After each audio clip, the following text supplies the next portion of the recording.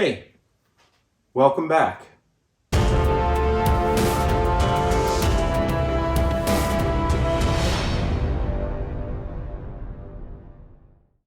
So here's the kit for this video, and I want to really kind of cut to the chase again.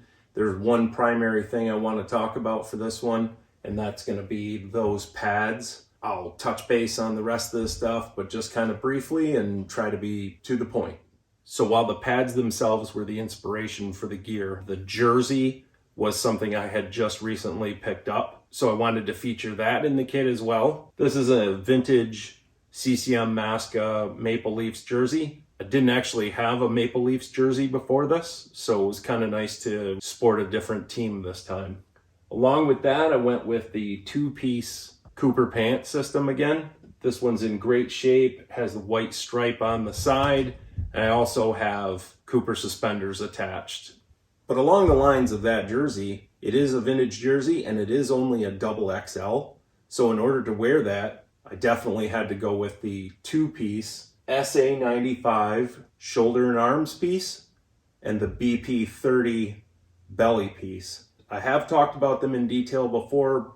Just to summarize, Cooper started selling these in the 70s and carried them all the way up to the 90s. Upper body protection like this allows me to wear older, smaller jerseys like that.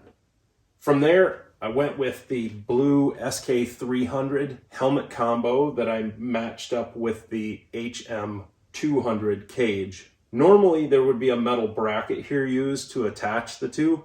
I didn't put that on there this time. Doesn't work as well because you get a little more shimmy since the cage doesn't have the little U or Y shape there to act as the spacer in between the screws. I matched them up with a Cooper TP throat protector. And because of that, I decided I would wear a neck guard, and this is a Cooper KTP.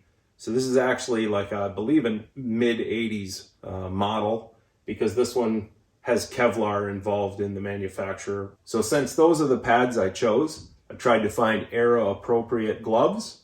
And for this game, I took a GM12 blocker. This is one that I recently had some work done by Glenn Miller, and he installed a new palm for me. He used to have the old horsehide palm. Over the decades, those became really hard. So we put a new blocker palm in, and this palm is made of deer leather. Really comfortable, very nice. The blocker also got a new board installed. So I matched that up with a GM21 catch glove. It is a later 70s model, and it does not have the cheater bar. And that brings us to the pads.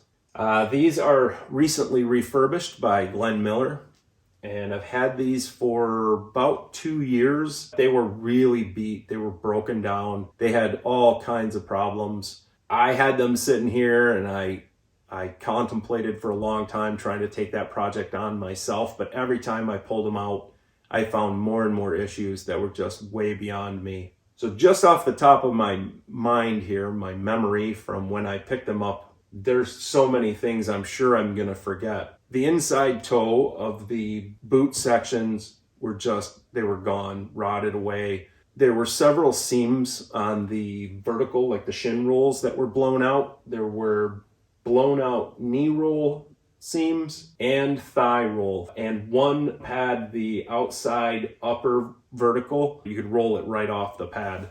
There was bad binding.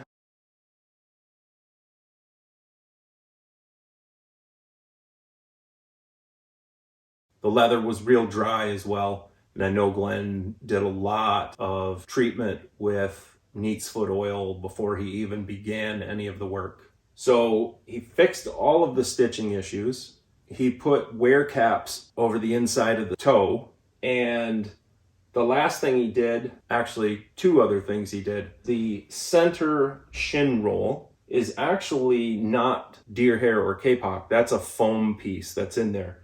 And he determined that these were improperly cut for size when they were made. So I believe he replaced the piece of foam with a proper sized piece of foam. The final thing, he removed all of the deer hair from the pads because the deer hair over the decades had dried and broken down, and basically was a lot of it was dust. And so the pads had very much settled. They were very floppy, thin, light feeling pads that had no structure to them because of that. So he removed all that deer hair, filtered out all of the dusted deer hair and kept as much original as he could, added new deer hair, and then repacked the pads. Now they're a very firm, almost like new pad. When I say almost like new, he used the same technique for stuffing them that they used at the factory when they were made, and therefore they are stiff like new. I'm sure I left out some things. I'm not 100% positive.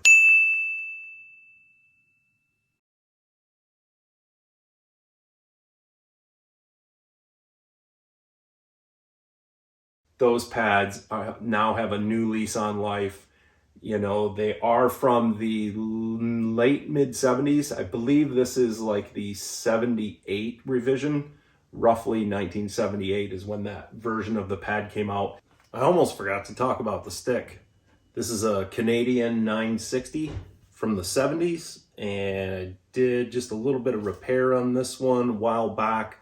Already talked about it a few times, I believe. Nice piece of lumber and really went well with this kit. If you got any questions or comments about the gear, please feel free to leave a message down below in the comments. I'm going to put Glenn's contact info down there in the description of the video too.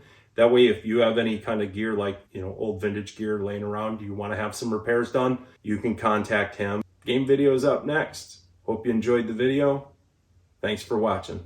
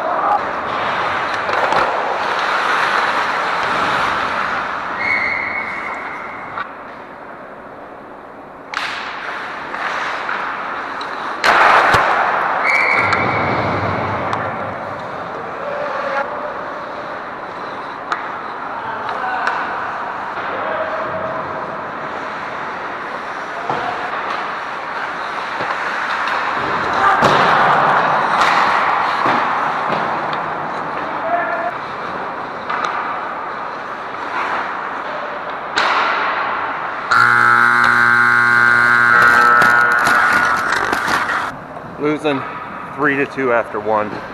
Pretty terrible period. 3 not very nice goals there.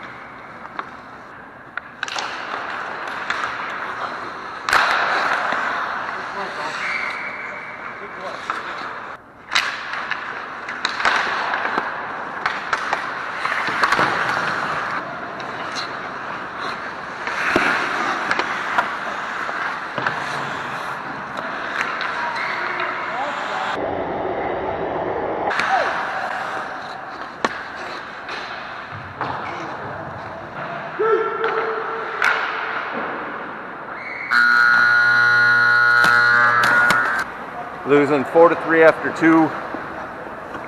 One more terrible goal I let in.